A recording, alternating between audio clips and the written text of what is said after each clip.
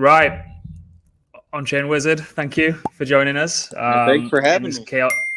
In this chaotic time. I honestly, I've had a couple of meetings this week where I've joined them and I'm like, I'm not entirely sure if this person's going to turn up because I don't know if they've been completely destroyed by what's happened. So maybe let's touch upon that for like 10 minutes and see what you've been able to see, like kind of on chain, and if you could kind of see any of this playing out, and then we can. I'm pretty sure people might be a little bit sick of hearing about it all by this point. So then we'll kind of get into your kind of background, your story, how you've ended up where you are, what you're building, all that kind of fun stuff as well, which is what I'm a little bit more interested in myself personally. So we were speaking off air, but yeah, hopefully you're all protected. What's your kind of take on what's happening, and kind of, did you see any of this coming from any of the on-chain stuff that you were doing? I really didn't. At least, until it started hitting the fan, right? So I guess you knew there was going to be something bad when, if you looked at like withdrawals from FTX, I think it totaled up to be like $7 billion. And so and you could see a lot of that. I think, some of it obviously you can see on chain by them getting drained, but yeah, once you started seeing that hit like $1 billion basically in like 24 hours, you had a feeling something, even if they were fine, these entities that are pseudo bank like usually can't really withstand a bank run, right? So even if Alameda was, or FTX, combo was completely solvent, a banker like that could put any, if that happens to a bank down the road, like they're cooked anyway, Absolutely. But it's just been crazy to see. The coolest analysis, I don't remember who put it together, but it was confirmed either last night or this morning by Reuters that Alameda blew up and basically died with Luna next to 3AC. And that's when they dipped into the customer deposit cookie jar, and that's why we are where we are today. So that's like the craziest thing that really nobody had on their crypto bingo card. And maybe we can include the link or something, because there's some, Twitter thread or that put it together, and it was like 4 days ago when I read it. I was like, gosh, like that seems kind of far-fetched. And then it was like, oh, nope, that's exactly what happened. Yeah, because when all of that came out, it was like, I don't know about you, but it felt like they were coming across maybe passively more than actively, that they weren't necessarily affected by that. And I don't know if it was a bravado and trying to, like, all the smoke and mirrors of them trying to bail everyone out, just to say, look, this is the hand we're playing now because we obviously haven't been affected by this complete nonsense. But then it was like they were just going after anyone trying to buy pennies on the dollar for like all these companies that were going insolvent. And it, from the outside looking in, that's like, well, these guys must be all right. But yeah, I can remember I know exactly the thread you're talking about, where effectively they've used FTT to backstop Alameda getting completely wrecked. But Yep. yeah, I'll try to pull that one out and put it in the description. But yeah, it's just a painful one. Like, I went to sleep last night. It's just like midday for me now, and I thought, well, maybe there is some hope to kind of come out with it with the latest kind of SAM thread. But what odds do you kind of put on this going through and actually getting resolved? Because the BlockFi stuff's starting to come to light now, and just feels like we're. I think I think they're just going to end up filing for bankruptcy. I don't think there's any hope from the FTX point of view, because they hired the liquidator in the Bahamas. So I think the assets are now frozen. So the game is, unless they get rescue financing really quickly, like they're going to basically start the bankruptcy process like in the next week, I think. It's already rumored they hired counsel and advisors and stuff, but so I don't know. I don't. They tried to do that Tron, whatever you want to call that. That was super weird. Yeah, the always trust Justin Sun to pop up when there's a chance for like vanity marketing and some Ponzi-nomics to be thrown in the mix as well. It's just like, oh, that's my wheelhouse. That's my domain. I'm gonna be front and center of this fucking clown show. It got so wild last night. I think spot Tron on FTX got to like $2. Yeah. And you know it trades at 6 cents on Binance. Yeah, I mean, the question now is like, how much contagion is there going to be this time around? You know, and it's like the market prepared for it or not. Yeah, I think the main ones are like kind of BlockFi, Genesis. Yep. Obviously, BlockFi 2 hours ago came out and said that given the lack of clarity around the status of FTX and FTX US and Alameda, were not able to operate business as usual. Our priority has been and will continue to be to protect our clients and their interests. But I don't know. As you say, there's certainly ripples that haven't showed their face. Like how many kind of projects and funds do you think even had funds over there as well? So you're definitely not going to see the after effects of that. I think there's a lot of projects that had their entire treasuries on FTX. I've seen people talk about that. I mean, there's definitely plenty of crypto funds that had meaningful exposure just on FTX. But I guess a lot of that's known, right? Because, I mean, you know, like on that side of like the equation that, you know, the number is like, you know, they're short 10 billion. But I guess the question just comes down to like what's the big domino to fall and does it matter? You know, like if BlockFi goes bankrupt, like how much assets do they even have left anymore? I didn't even realize they were still operating. I kind of thought they already died, to be honest.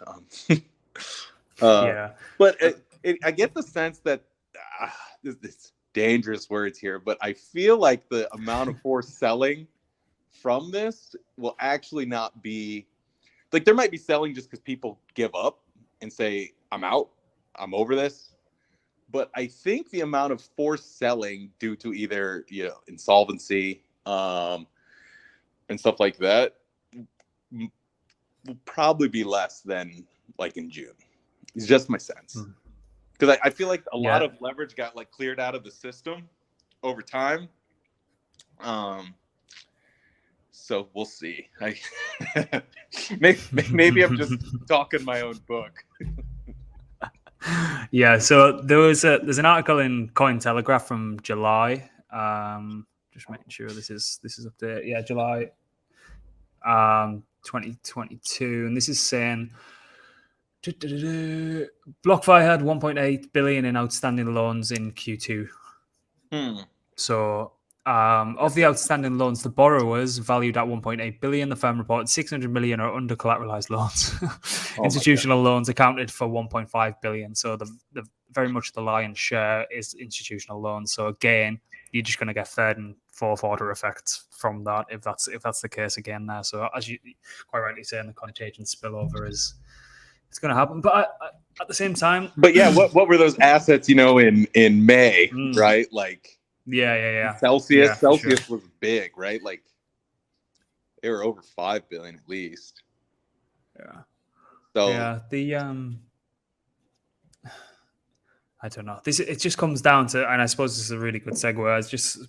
It just comes down to transparency and actually what's going on. It's kind of hilarious in an industry that has all the infrastructure to be as transparent as physically possible, that it's always the ones or the areas of the industry that can be in the shadows that can cause the great downfall, I suppose.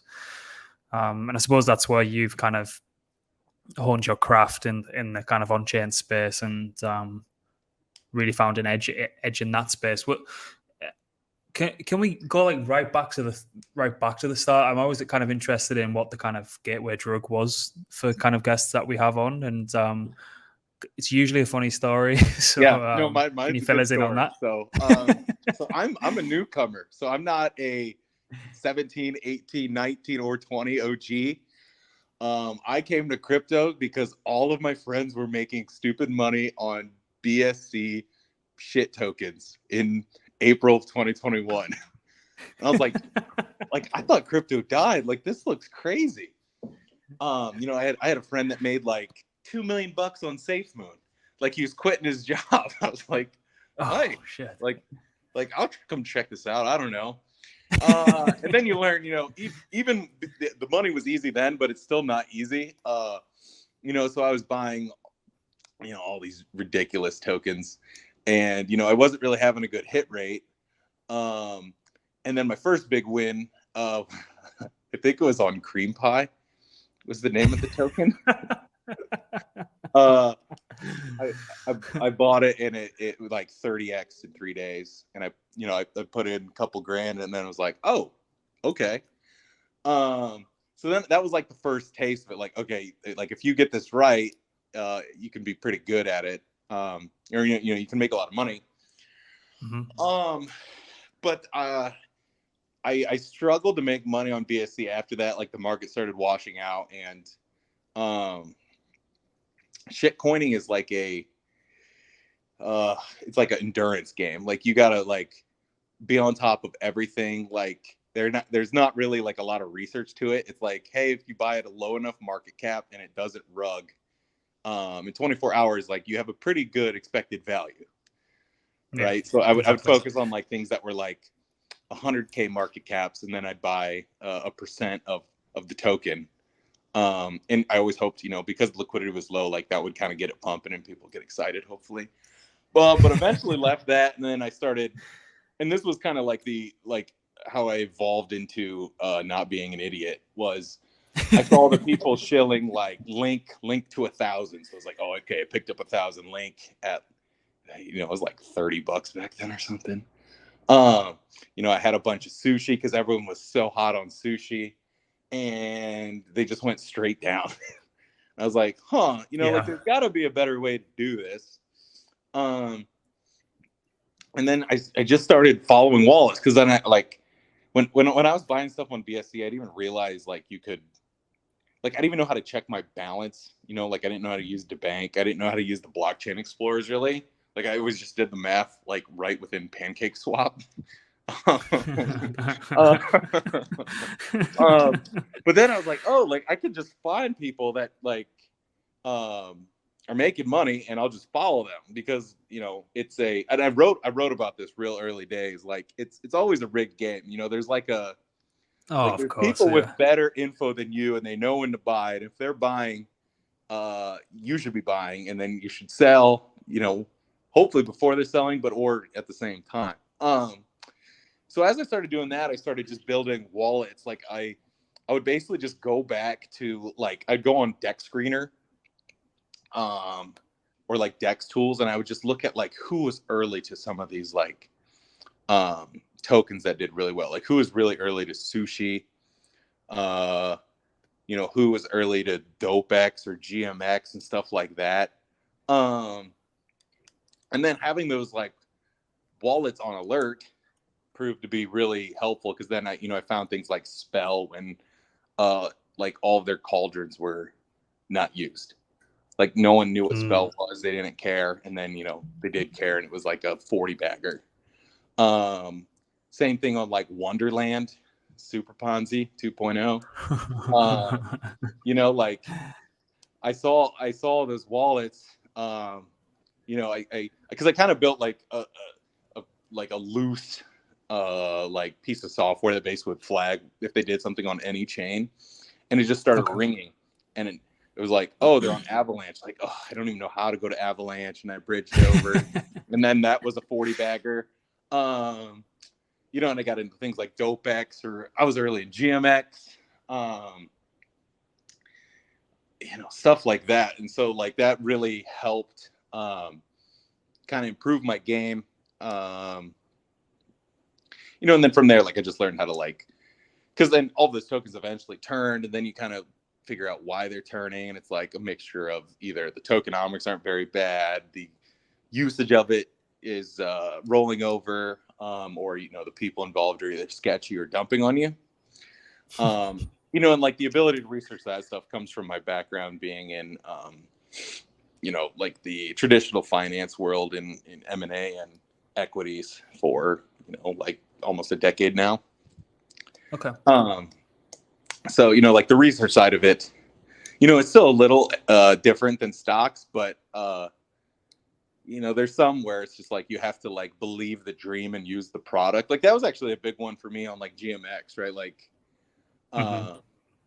like the first time I used it is like a light bulb just went off. Is like, this is nice. Like I didn't really like using DYDX. I don't really use any. I don't have any money on exchanges because I never really trusted them. And so I was like, oh, like this is a cool place to trade. Like you just log in and I can like make a percentage of what they make. Like that's pretty cool. So yeah, I mean, and that kind of, helped me go from a very small account to a much bigger balance over time. It's smaller now than it used to be. But aren't they all? Because I definitely was drinking the Kool-Aid too. I was like, oh, like this is, crypto's changing the world. This is going to be the super cycle. And then, Luna hit, and then, the rest is history. Yeah. Did you get caught up in that? I did not. It doesn't take much. Like everything I ever invested in, like there's really only two ways to invest in tokens, right? Like if you're buying day one, as long as it's not going to rug, you're probably going to. No, you can't say that because you have certain tokens that come out at like a $5 billion. Like if you're buying something that people don't really know about at like a cheap valuation on day one, you're gonna like the amount of research you need to do is like not that high. It's like other people are doing it, you might be okay. The market cap's low, like you have a pretty good expected value, right? Or you have to do like actual research, say, oh, like the fundamentals are improving, the tokenomics are good or getting better. There's smart people buying it. There's an upcoming catalyst and stuff like that. And so when everyone was going crazy about Luna, I was like, okay, like I'll check it out. And I did like, I don't know, 5 minutes of work. And I was like, this is going to explode. Because like you could just look up their reserve, right? Because you look at it, you're like, okay, like they're basically just running this like super Ponzi. I mean, they're paying, like 20% APY on, I mean, they had like, I don't know, it was like 10 billion bucks in Anchor or something. So they had this $2 billion basically annuity they were trying to say that they could pay people, and their reserves each month were like 150 million. So I was like, at some point, like they're gonna say we're not gonna pay this 2 billion, and then when people leave, there's actually not a lot of liquidity on the way out. I never like got aggressive and shorted it because you never know how long the show can go on. Like people want to short like Doge because they think it's dumb, or they short Shiba Inu because it's dumb, or Cardano because it's a cult. And like they're all like their own religions. Like you don't really bet against the religions. So I didn't like get involved and start shorting it because I was scared. Like like Luna was almost at like 100, and I was like, it could just keep going. Like, and then then it started falling apart. And then I did catch some of it on the way down, shorting it. Yeah, those scams pump the hardest because you can never kind of bet on the stupidity of retail participants coming in and slamming market buys in left, right, and center, and people just completely devouring them. It's always the same. It's why we've still got Cardano and XRP like lingering around the top 10 and SHIB in the top 10 and things like that. But I always say, one, they're a good kind of indicator of like fresh blood coming back into the markets when all things said and done. And two, if you know in your heart what it is, like you know it for what it is, like this is like a complete Ponzi, but it doesn't necessarily matter. If you want to ride the wave and take some profit out of that whole trade, then, and I think it's also a little bit easier because if you know deep down that it's a complete Ponzi, it just feels a lot easier to cut a position if it's not turning out the right way. Right.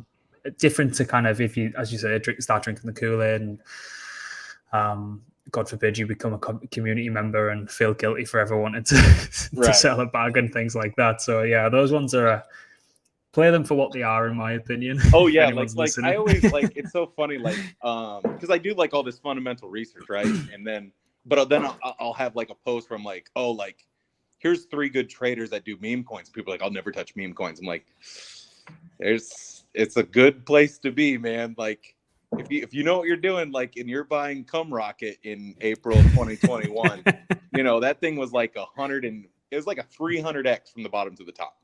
Yeah. Like, yeah. Like you got to be, if you're going to actually make money in crypto, you have to be super open-minded to like how funny they are or stupid they are. Like the fundamentals kind of matter, but they also kind of don't. So that's why it's actually like super fun as someone from traditional finance to like get into it, because like there's just like a lot of creativity and like open-mindedness to it to like trade any of these things, you know.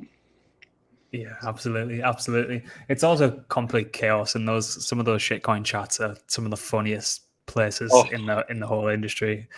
And there's something like the 10 phrases we used getting, over. like the camaraderie of getting rugged, like especially if it doesn't get too big, because then, you know, like everyone lost like a max of like $1,000, and then like the comments afterward, like I remember that like back in like late May of last year or June. And it was just like, this is so funny. Bonded by blood after that. Yeah, right. There's you spent a lifetime together with anonymous people in a Telegram or Discord server, following a rug. It's yeah, it's a rite of passage as well. Like for some reason I got rinsed quite recently. It wasn't bad. It was a couple of grand or whatever it was on some token. But yeah, it was and you know, those shitcoin markets, they just, if you want to talk about decoupling, those things, they don't give a fuck what's happening in the wider space. Yeah, there's always something going 1,000x. Yeah, like we can talk more about it in a bit, but like on the data we have coming through on the software that I'm building, which is like you know, a cross-chain smart money analytics tool, right? I see people buying stuff on BSC all the time. You know, because we have like, you know, like a pool of traders, and how they, you know, like we basically got the best performing ones across all the chains that people use, and they're always buying stuff on BSC. It's like it's in a whole different world. Like, is this it? Chain like Edge? Head scratcher. Yeah, it's Chain Edge. Yes. All right. So what I can kind of guess the general premise, and I don't think there'd be anyone better that I know to actually go and build something like this. So open the floor to completely shill in this product. Go for it, because I'm going to be a user as soon as it's available to us. Yeah. So you can think of Chain Edge as just like a cheap version of Nansen, but it's going to be cross chain, which is nice because like let me take a step back. Like having something like this back last year, like I look at this all the time, and it's like, this would have made me so much more money, because it just gives you the signal. Like remember last year, it's like the world's cross chain, everyone's in all these different tokens on Avalanche and like Phantom, like you don't know where to go. Like there's already enough tokens on ETH, but it's like you don't like where's the money going? Like where do I go? What's the hot thing right now? And we're basically solving for that, but keeping it cheaper to kind of open it up to a lot more people. So we have like our first dashboard that'll be coming out. We're going to do like a public free beta so everyone can see it. Hopefully in the next couple of weeks. And it'll basically show you know, like what people are doing in the last 30 days. What are they buying across? We have like the top 7 chains on there. So you're like, there's still some of the tail you're going to miss on like Metis, but Metis has like 100 million TVL. So it's like, you know, there's only so much data on that really, one. Yeah. But then we have like other stuff we're going to roll out, like one, and these are going to be more premium products, obviously, but like a feature that I think is going to be really cool is one I call hot hands, which is like some people get on a roll. Like you ever play basketball, you have a hot hand. Like Mm. Even in poker, like sometimes you just get like a hot hand. It's like, I guarantee there's got to be traders, and we have the data to show, like sometimes a trader gets a hot hand. It's like the wallets we have are like people that have made money over time, but like, wouldn't it be cool to just follow the people that are like hot, they're on a hot streak, and then you could just tag right along. So I think that's going to be pretty cool too. Yeah, because And then that's an interesting point, because I know personally, and you've probably felt this as well. Sometimes you're just on a losing streak, and everything you touches just turns to complete shit. But then there's other people in the market, and you just see them nailing every single trade. Like yeah, the digits DAO guys have been doing extremely well recently. There's just you just see some people in the market when they just get into their flow. I don't know if it's because they're spending more time honing the craft, or they've found like some particular edge at that particular point in time, because it's completely dynamic. And as you say, like that, people just do come into like certain strides, and it might last for a couple of weeks, couple of months. But yeah, being able to track that is that's yeah. And then, important. we'll have like obviously an algorithm where like if they aren't in the top whatever number of wallets that we're doing for the cutoff, then they roll out. So the hope is that like the algorithm is basically always showing you who's hot. So that one's and then we're gonna have other stuff where like just like new contracts, like when you're getting a lot of pings on new contracts. So for people that are like like for our like core product in our dashboard, you can be like a more casual observer and you say, oh hey, like there's all these flows into something on Arbitrum, right? Like then you'll do your research and whatever. But if you're like more of like a degen and you're looking for, you're always on chain, you're always up to date, you're looking for like something new, in our like new contracts dashboard, you'll see, hey, there's X amount of money that has went into this token or this contract, and the contract is 6 hours old. So then you can kind of catch things before they're popular. So right now it would still be helpful for like things on Arbitrum, right? Like there's been all these new launches on Arbitrum. Like it kind of reminds me of BSC back in the day, where like they're launching these products and like they're kind of interesting, but they launch at just really low market caps and they're doing well. And so there's like a real small subset of traders that are just like catching like 3, 5, 10 X's, over the last month or so. Do you play the whole sniper game at all? If you can kind of get wind that there will be a contract coming. I haven't. I've always wanted to, but I mean, I had one back in I built one back in June for BSC tokens, but then BSC topped in May, so it never was as profitable as I wanted it to be. I actually, we're getting off topic, but whatever. I had arbitrage bots, and I did like a lot of manual arbitrage between DEX and centralized exchanges last year, and that was just crazy how long those stayed open. Like it's so weird. Like I guess just people didn't put it together, because it doesn't happen anymore now. But where it always opened up was like a token would get listed on Coinbase, and if the liquidity was like somewhere weird or just on ETH, like there would be times where there was between a 10 and like 60% spread between the Coinbase price. Yeah, so I remember one. It was Quick Swap on. Oh yeah, and it was. But then the scariest part is because the Polygon bridge takes so long, and it was my first time using a bridge.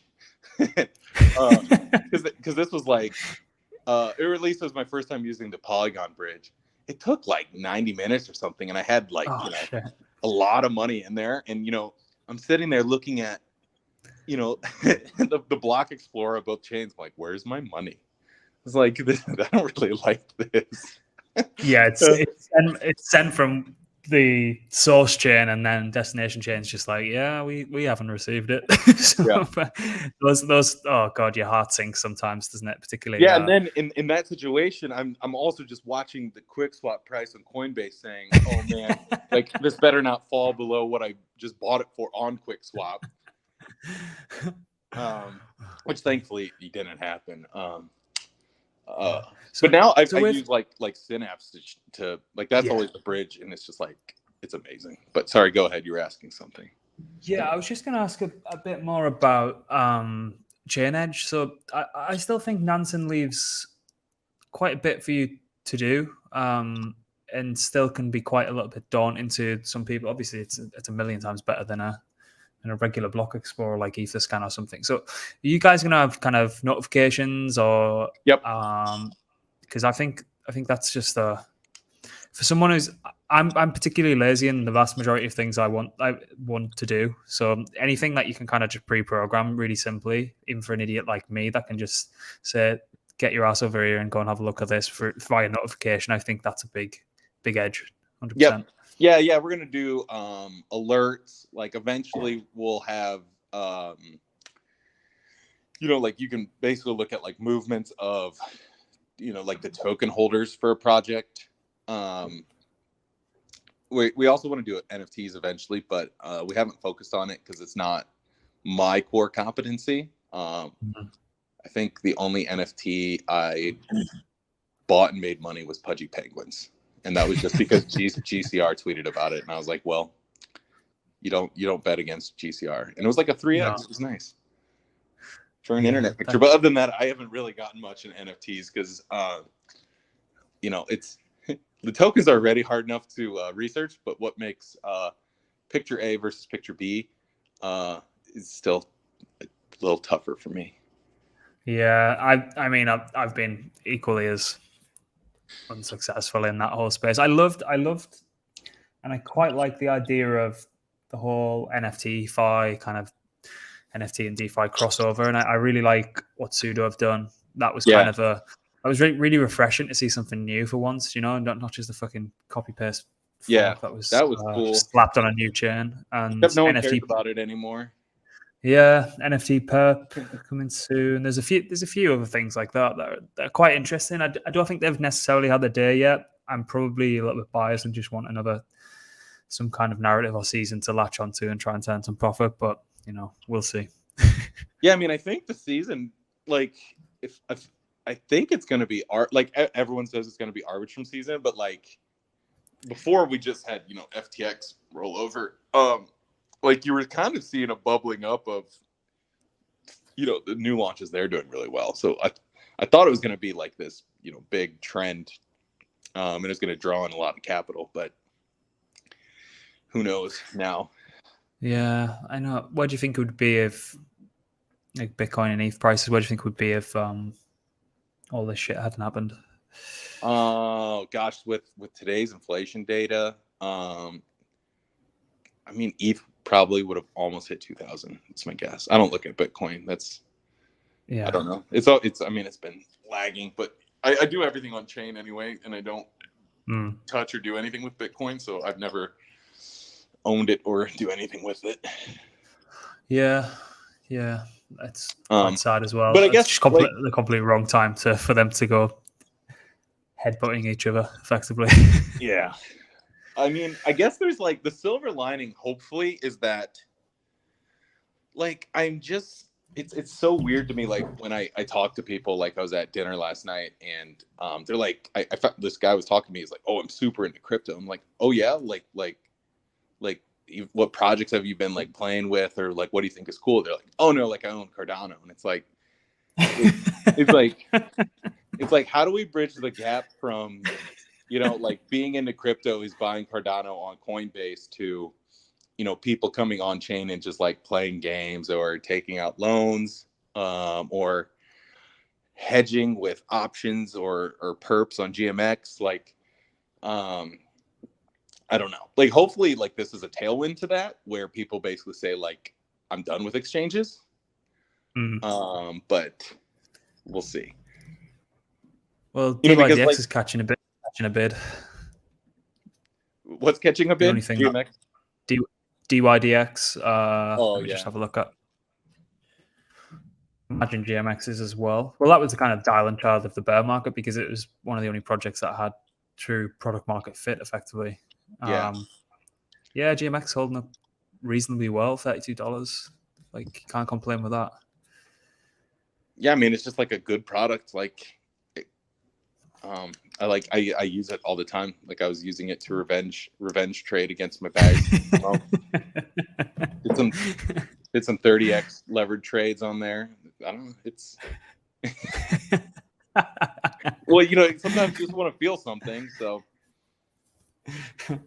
would there be any way for you to put on serial dumper tags on some of these wallets? Because it feels like there is a specific cohort of people that are in this kind of DeFi mafia, so to speak. And oh yeah, if you see those specific wallets in a project, particularly when we're in markets with reasonably low liquidity now, it's just like, if you haven't got in before them, and if you've got in because of a tweet thread or something like that, you're going to get your ass handed to you effectively. Yeah, that's like the one thing that I haven't really thought out with this product is how to do labels better, right? Because you can do, you know, like names for some, but then like I want to get creative with the tags, but you know, we haven't really done like the work there to even have those because like at the end of the day, like they're helpful in like real certain circumstances, but like if you're just trying to find an edge, like if you see people buying something new, like you're going to do fine. Or if you see a bunch of money into a token that like we're going to have like certain screens where like they're buying something and it's like a certain percentage of the market cap that they bought, that's going to basically like alert you to. But yeah, I've been thinking about like how you do the tags to kind of like open it up to a lot more, you know, because like Nansen has like it's like 4 or 5 basically. Yeah. 4 or 5 how do you feel about? I mean, there's like sub tags, right? Like they have a bunch of the sub tags, but you know, we also thought about tagging them just based on their like because we have their historical P&Ls, so we could, you know, like top 1% trader or just like dumps very quickly. You know,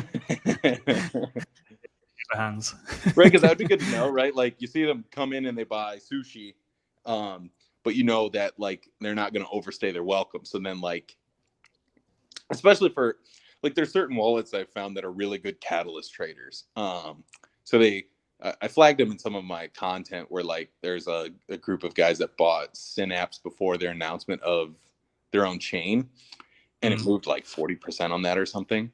And then they sold.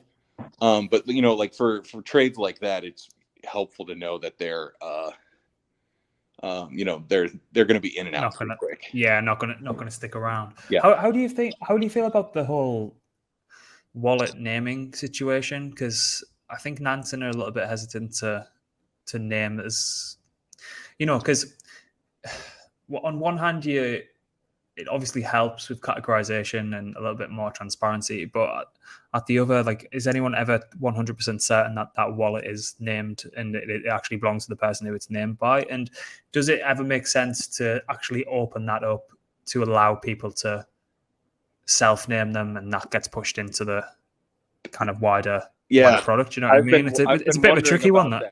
Because I actually have a theory that you would do better not knowing who it is. If you just knew they were smart, they're worth following, you can like you should copy them. But especially if you just have the tag that like, hey, they sell on average within 3 weeks. Like if you just had that piece of information, I think you outperform versus saying, oh my gosh, 3 arrows is in my random avalanche, you know, home fort. Right? Because then they're like, well, three arrows is super smart, right? Like, I'll just follow them. Or, you know, Alameda's farming this. Like, I'm gonna be smarter than them. It's like, I think you could do better if you just didn't know who they were altogether. So that's why I've been struggling with like how to even do the naming. But yeah, I've thought about actually just letting people submit their own tags for, you know, who they think it is. You know, and then, you know, obviously we just have to like moderate it so they don't put something dumb in there. But like, because we're cheaper, like my goal is like, you know, like it doesn't matter who it is. Like like you can, and if you really want to find out who it is, you can always just go and pop it into Nance and see what it is. But like it's really just about like trying to catch good trades, not as much of just like Alameda is doing this, Alameda is doing that. Maybe we'll get there someday, but I think like this is like basically helping the average user make money is the goal. Like the people that like me that came to BSC in May of 2021, like if they could come use my base product that's going to cost $50 a month, which they can afford because they're probably dropping like a couple grand on NFTs, like this will help them a lot more because then they won't buy Will Smith Inu and get absolutely fleeced. I bought that one too. I think I made a little money, but yeah, maybe a good indicator on the dashboard would be profit and loss before signing up and then profit and loss post.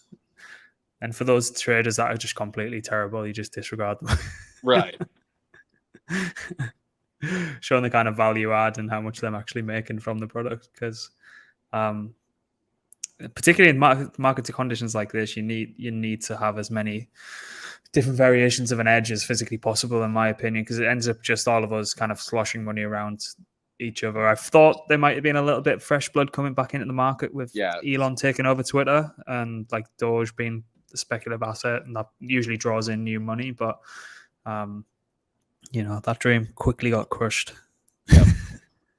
Yeah, and like that's like the nice thing of having like a product like this is like when it's the same 600 people that are trading against each other, hopefully it helps you either follow them and maybe you're like are going to catch like a 3x in this market, like maybe if it's like something new or random on Arbitrum. But like maybe like if you're like a short-term trader, like maybe it helps you catch like something into a catalyst and it moves 10%. You can just get out and move on to the next one. Like it's weird. Like I've thought about like, like how's this going to do in this market? But then it's like, it's actually more helpful now because it's so PvP, but like you need a way to like find an edge. But also like, in a full bull market, it's obviously going to help too. Like catching meme coins early and stuff like that. But oh god, absolutely. You see an early contract starting to get an awful lot of liquidity and good kind of distribution of the token. Chain, like that's why I'm killing myself for starting this later than, like if this launches in 2020, it would have really helped last year. Cause then like seeing a hot contract on Phantom back when Phantom was cool. Oh god. Yeah. And there was people just printing money on all the, I never got over there because it was just like, I was starting to get, there was this was like around the time there was like 80 ohm forks. I was like, I don't know. I just don't know if I want to venture over to that chain. This can't be sustainable. Yeah. I think, and that was probably near the top too. I think that was like November when it was ohm fork season. Oh well, it completely deserved to be. Like the amount of stuff that was coming out. APY too big. That was hilarious. Like those were the days though. Like, oh yeah, or what was that one that rugged? It had like this massive like number that they said they were gonna pay out, and then it just rugged immediately. Like, was that Snow Dog? Is it Snow Dog or Snowbank? Yeah, it was one of the two because Satstart got caught up in it because everyone was saying it was Satstart's project. Yeah. Oh god, honestly, how long ago does that feel? Oh, like at least, like realistically, it feels like it's like 3 or 4 years ago. Yeah, the space age is in years. Yeah, Snow Dog years. Snow Dog years. That was less than a year ago. That's crazy. Man, I must have looked so much younger then. I feel like I'm about 75-year-old at this point in time. Yeah. So fill me in on the newsletter. Obviously we're big subscribers as well, and I'd also like to hear how you found, like, obviously from a more selfish perspective, I'm not entirely sure that users would be too interested in this, but how you found having a newsletter that's and focusing on growth, and if that's something you actually consciously try to pursue and all that kind of thing, because it's what we're finding, it's steady, particularly when the markets are like this. And again, there's a lot of the time, even myself, like, especially when shit like this happens, I just don't even want to look at it, but I know I have to. Yeah. So newsletters and podcasts and things like that are particularly hard to grow at this point in time. So yeah, TLDR overview, high level, however you want to do the newsletter breakdown, and yeah, how you think about growth of it as well. Yeah. So I obviously run, a free newsletter, and I talk about everything in there. Like, it started out as like kind of like you could almost view it as a course. Like, my first 5 posts basically get you from I'm stupid and don't understand how to trade crypto to you kind of start getting it. And then it's just been like whatever I think is going to be interesting for people. I write all my content to like early 2021 me, new to the space. But I think it has value for everyone. So like I've done like overviews of like the gaming ecosystem. I've been doing like monthly narratives and catalysts for people. Back when the market was really bad, like in May, like in June, in July, I did like case studies on historical blowups, which are pretty cool. So That's interesting. Like when like how Titan blew up, what Mark Cuban got rugged on. Right, like you knew it happened, right? But it's like, maybe you can learn something just from reading about it. I don't know. Like, no one else has like old case studies on how they died, right? Like, I did like a real in-depth like case study on how Luna died. I don't know. The free newsletter is kind of all over the place. I kind of just let my creativity fly. And then the paid one is more your standard like project deep dives. I do monthly whale watching, and it includes a bunch of commentary. So it's like, like it's a mixture of like, hey, here's what the smart money's doing on Nansen, but then I try to keep it real degen. So I'll be like, hey, like I saw these 3 wallets printing multiples on Arbitrum. Like, you should follow them. Or hey, like everyone is selling APE. Like, APE staking is going to be, it's like everyone is exiting right in advance of it, and they're trying to prop up the token, and there's been all these unlocks. So it's all over the place. I haven't really focused much on growing it because I've kind of been trying to nurture the community that I have on the Substack rather than growing it by going viral on Twitter. Like, I think just because people have left, like, there's just not as much engagement on Twitter anymore. And usually, I mean, up until this week, there wasn't really that much going on to tweet about. So yeah, I mean, that's the high level. So I haven't been focusing much on growing it, but rather just like trying to keep people engaged and not, unsubscribing and leaving.